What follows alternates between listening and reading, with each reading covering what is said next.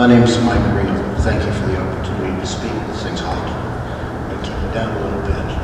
Appreciate the use of the facility and opportunity to be a part of this. I'll tell you what's happening. I'm Mike Reno with the West Virginia Association of Home Inspectors, and the legislative chairman, Robert Cook, is with me. He's the president. We are more concerned with the energy codes from the standpoint of standardization, understanding that, as Jeff just spoke to recently, 2009, it was right up to being adopted, and some sections were removed from it. This is closer? Really? Okay. Sounds loud, I'm sorry. Some sections of the 2009 were pulled out, and obviously there has been opposition in the past to the passage of the energy codes. And I would really applaud you for doing this. As home inspectors, we go out and look at a dwelling. We're not code officials. We're not enforcers, as Dale spoke to. And so what we do in 22,500 homes a year in the state of West Virginia is we go in and appraise the homes from a construction standpoint. Right now, the standard, if we had accepted the 2003, would have had a hole in it. We strongly encourage you to accept the 2009 and to encourage those in power to accept it as it is read. But my question is, a long way to get to the question, why don't we adopt the 2012 and stay current with the national standard?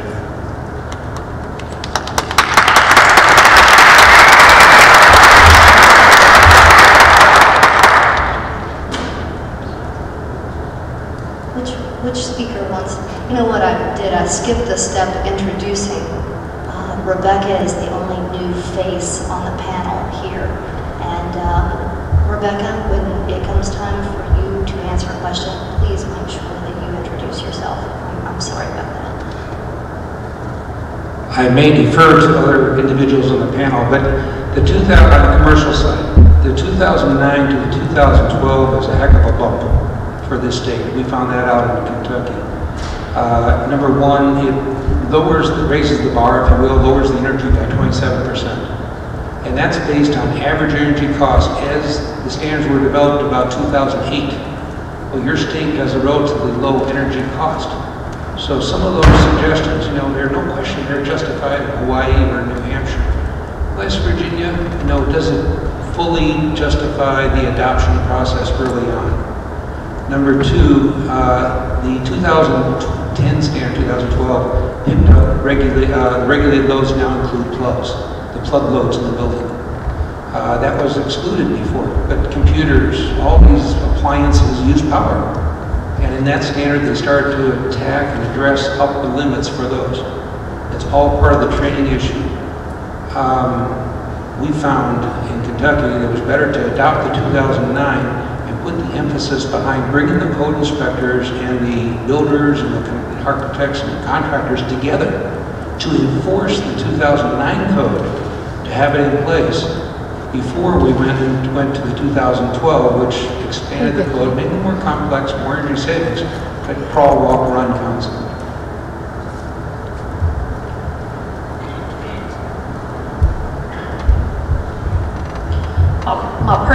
Personally, I would not object to that. I believe that the homes that we're building would already meet that standard. But I do concur. I think that we need to start with some baby steps and just remember that we're really operating under, here in West Virginia, the 2003 Model Energy Code. So we're almost talking about a decade of changes that the state has not adopted. And I think there would be extreme sticker shock, non-compliance, and I think maybe we might be able to check the box and say that we have met the letter of the law and that as a state we've adopted it, but we don't have the enforcement to ensure that that would happen, and nor do I think that we have the training in place that could rapidly bring builders, inspectors, HVAC installers, etc. up to speed. And I would add that under the American Recovery and Reinvestment Act, the 2009 IECC and ASHRAE 90.1 2007 is what was actually signed into the letter of intent from the governor to adopt and achieve 90% compliance at. And also when you consider resource available from the national level, from the Department of Energy and EPA and organizations like that, it's right now focused on the 2009 IECC. Recently we worked on the compliance pilot study program here in West Virginia with the Division of Energy, and that was a resource that was provided by the Department of Energy based on the 2009 IECC, and there will be similar programs like that that will continue to come down the pike, and I think that's why it's important to focus on that. But if the state did choose to adopt 2012, that's something we could certainly help with.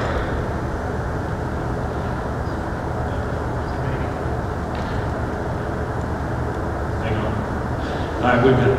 I had a gentleman say the other day that's in the lumber business, that going from where we are now to 2012 would be like putting a hand glider pilot in the space shuttle. And really and truthfully, you have to crawl before you can walk, and we've got to get the movement going there. So as a builder, the HBA in the past did say that some of these were cost inhibitive to do it.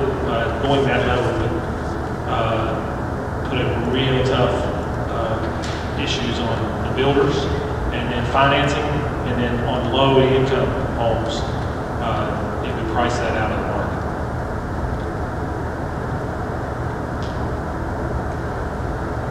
From the code enforcement perspective, in a perfect world, we would all embrace the latest edition of the code. The problem with the code process, as some of these other gentlemen have already touched on, at the national level is a consensus base which doesn't take into effect points Art made about Kentucky, West Virginia's unique circumstances. In fact, all of the 50 have different ways to go. And in the real world, as we all know, the code adoption is not based on the code process vetting, it's based on those that will support whatever is contained in the code. We have to have a local consensus of West Virginia stakeholders to get passed. Otherwise we lose, as we lost Art in 2009. I would point out too that the present energy code in West Virginia, for those that don't realize it, is not 2009 or 6, it's 2003. And the entire Chapter 11 of the International Residential Code that deals specifically with energy was totally amended out of that statute, which we hope to correct this time. So there are other practical realities that need to go with this. Can I put one quick sidebar on that? The comment has been made about the areas that don't have code officials to investigate or to enforce the code. Kentucky had the same problem. They have 140 counties. There are whole counties without inspectors. I'm not suggesting you do this, but what they did is January 1st, 2011, they adopted a state law that all HVAC systems had to have a state permit. So through the master plumber license, everyone touching an HVAC system, to repair it or to replace it or to put it in, had to have an inspection permit. And this permit applied to both commercial as well as residential buildings. The funding that came in from that went straight back into hiring regional code inspectors. And they now cover every single state, or every single county in the state. We brought up 11 of them on board, and they cover basically the areas that are covered by code officials. I don't know if this is appropriate, Sarah, but since Art opened this door, let me explain how code enforcement works in West Virginia. The legislature back in 1989 adopted the state building code. It is the standard for new construction and renovation statewide. There is a popular misconception that unless your county or city adopts it, there is no code. That's not true. The owner or the builder is responsible to meet the addition of the code that's adopted, whether there's enforcement or not, which means the next step of enforcement would be through the courts, which we all know about. Now, having said that, in 2009, there were a couple other people in this room who were part of a Housing Development Fund conference that brought up the same issue about statewide enforcement. And at that time, the idea was floated that we have regional enforcement to begin with. And the first suggestion was we'll divide the state into 4 regions. We'll take the existing code enforcement people within that geographic area, and we will encourage new code enforcement, because many of you don't realize the first county, and there are 8 that enforce the codes, that adopted the building code was McDowell County, thanks to the West Virginia Housing Development Fund, who paid the entire cost of that. Now, at that housing conference meeting that brought up a regional idea, American Electric Power, the West Virginia Bankers Association, the Housing Development Fund, and several other private industry groups agreed to make annual contributions. One member of the Finance Committee in the Senate at that time was very enthusiastic about the plan and realized that the state could participate on a much smaller basis. Instead of mega millions, 2 to 3 to 4 million annually would be an appropriate contribution. At that rate, that means all the local code enforcement people that are funding it through their city or county would now see a reduction in their budget. And the long-time nemesis to do anything in West Virginia, the cost of it, was now addressed, at least conceptually. We hope that continues because that's the logical way to go. The current state statute 2935B allows and encourages contracting between cities and counties that adopt the code to help each other out. Down in southern West Virginia, we're about to be onslaughted by the Boy Scouts complex in Fayette County next to Raleigh County. My mayor, my county commissioners, and several others have already pledged to Fayette County that when you need inspection help, you call. We will work out the finances later. We will get that project on tap. And I think this can work in other places throughout the state. There is a future, but we're going to have to do steps.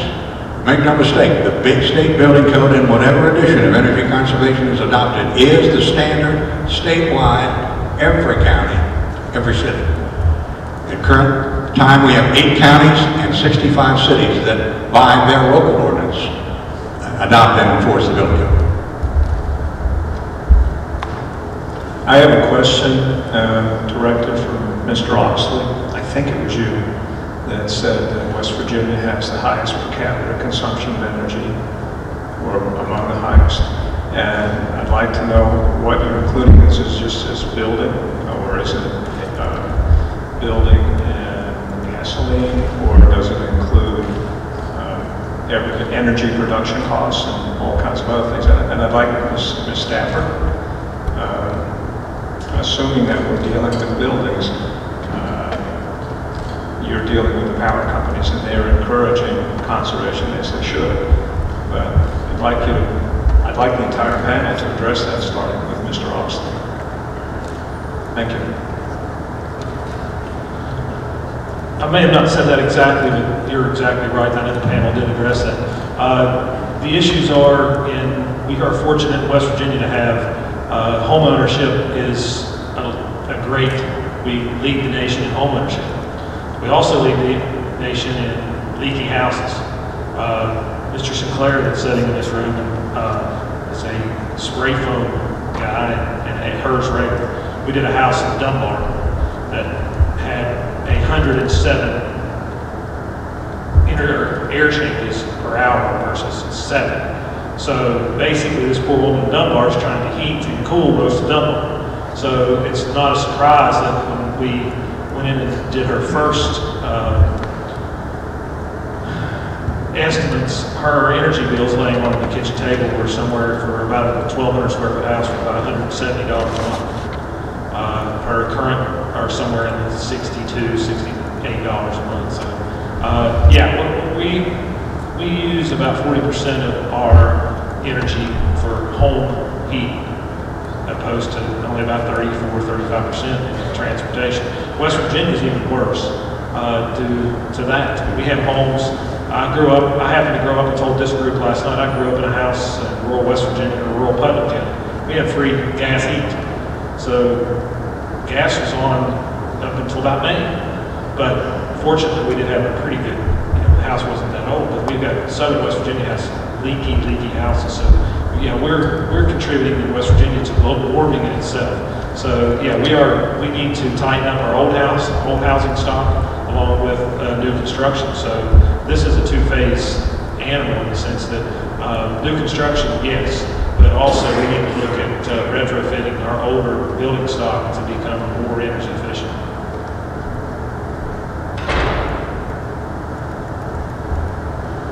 This is anecdotal as well. The majority of the families who come and apply for assistance through Habitat for Humanity are not cost burdened by their monthly rent or their current mortgage payment.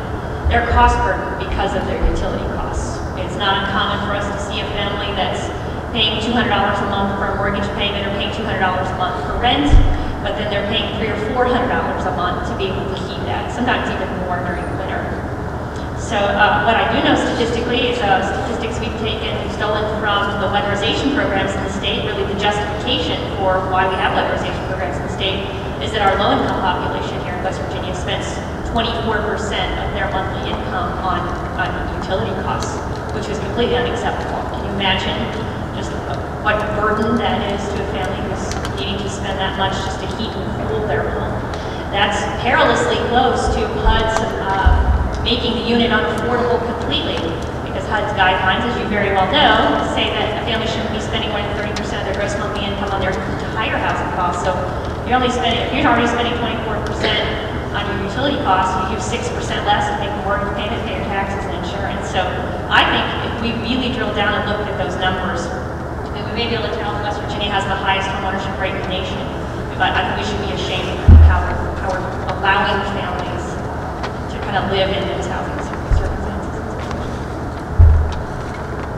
And I would also add that, while West Virginia is a net exporter of energy, the greater level of energy efficiency that occurs in the state allows you to export more of that energy. So that is more ways to generate income in this state. People within the state to be home energy raters, which are basically raters for new construction. And they're the ones that would look at homes for Energy Star ratings, as well as we throughout the community home system, we're training people to become BPI raters, which are the ones that are working with the existing housing stock. And I think it's highly commendable from the PERS rater perspective, or the Energy Star perspective, that we have the Habitat for Humanity, the building low-income housing in the Southern Appalachian Labor School using youth build with their youth build program, also building Energy Star rated homes. If they can do it, I think anybody can do it. But what we do with that high level of existing housing stock and home ownership, a large portion of that is substandard housing, and I agree that we should be ashamed of that. And I think when we're talking about the weatherization program and in the houses that we go into when we're doing our field work with the BPI, the size of the holes in the homes is like a whole wall has been left off the house. That's how leaky that house is. So we really need to approach this not only from new construction perspective, but how do we deal with the existing housing stock that we currently have in the state that is substandard.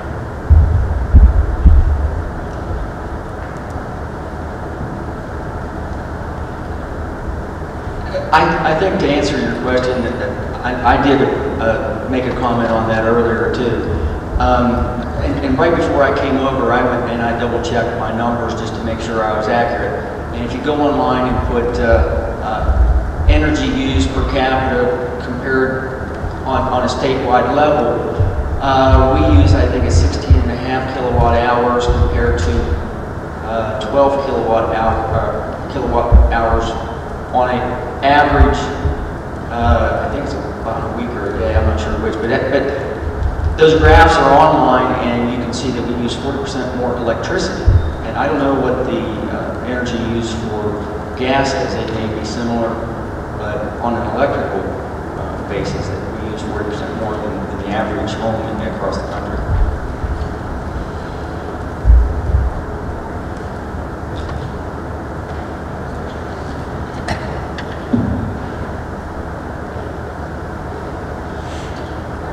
Question hasn't been raised, but I would like to bring it up. I'm very impressed with the amount of education and work that's going on to train designers, contractors, architects, and engineers regarding these energy codes.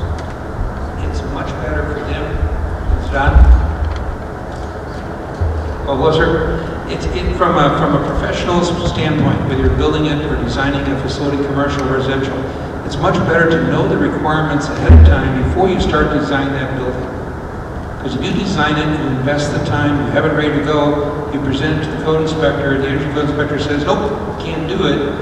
You got to go back then and redesign the building to incorporate the proper things. So it's better just on the front end to know what the requirements are, what you can be expected to. The second thing that's happening now is there's some really cool instrumentation coming out. Things called blower doors, and my favorite is called thermal cameras.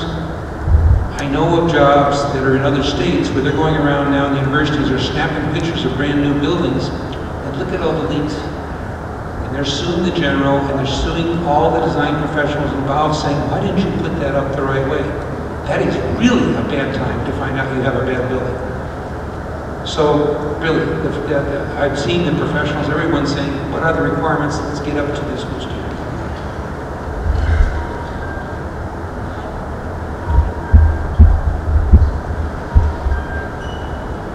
This question, we're going to switch it up a little bit and hear from Michelle on some legislation that's designed to incentivize the building.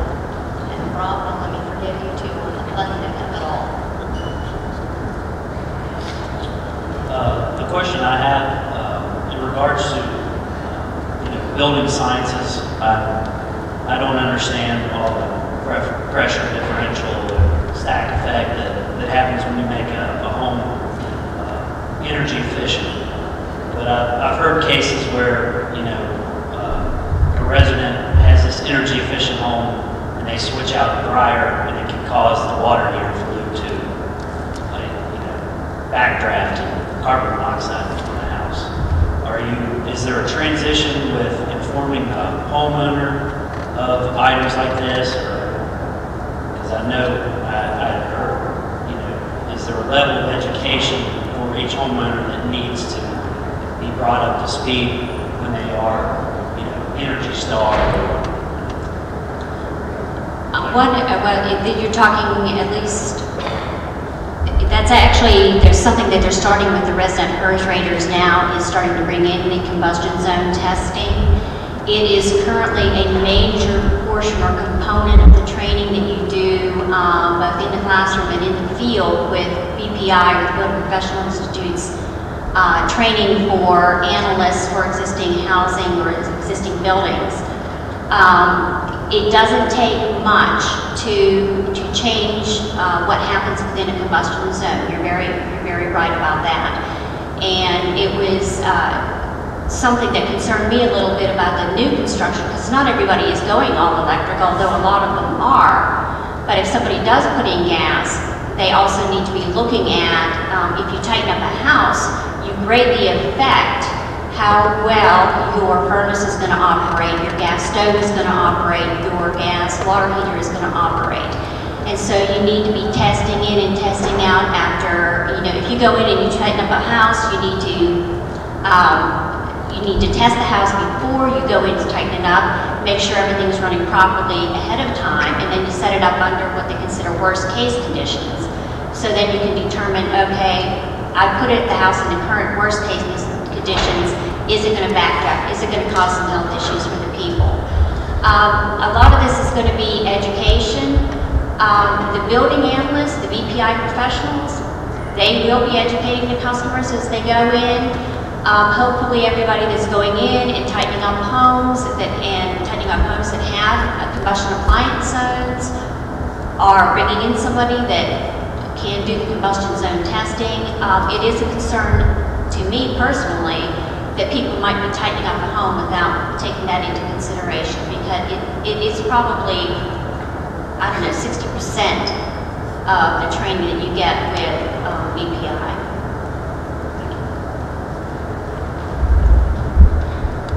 So on the repair side, like going into an existing home and doing repairs on it, like there are some, for programs that are federally funded, there are already some steps in place to prevent that from happening. I know one of the DOE weatherization requirements is if there is any atmospherically vented appliances that are in the house, they have to be removed as part of that weatherization that would take place.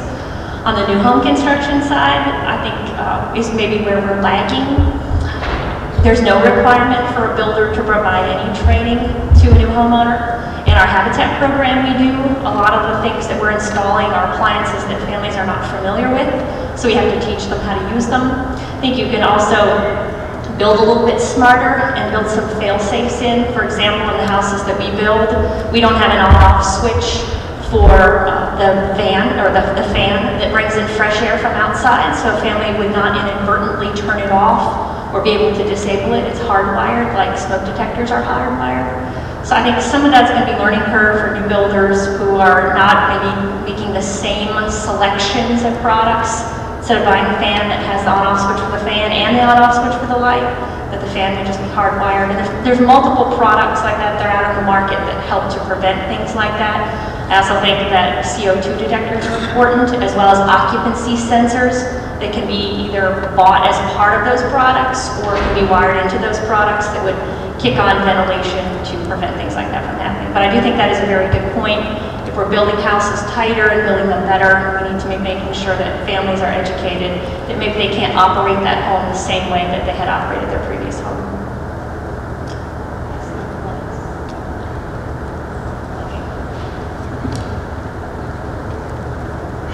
I'm Phil the St. Clair with Sky Installation here in Charleston, West Virginia. I'd like to comment on the combustion area zone. If you have a house that you're tightening up, that's airtight, and you have combustion appliances, they should be put into a sealed combustion closet with proper ventilation in and out of that. It's not a part of the regular house. So that's the answer to that equation. When you build an airtight home, you make sure everything is separated the way it should be by zone. That's where you protect the family that's living in the house. Just like you don't stick an HVAC unit in a garage where it's going to be pulling in fumes out of paint cans and gas cans and things like that. You don't stick combustion appliances in places that can be, cause a problem in the house when the house is airtight. So that's a simple answer to that question.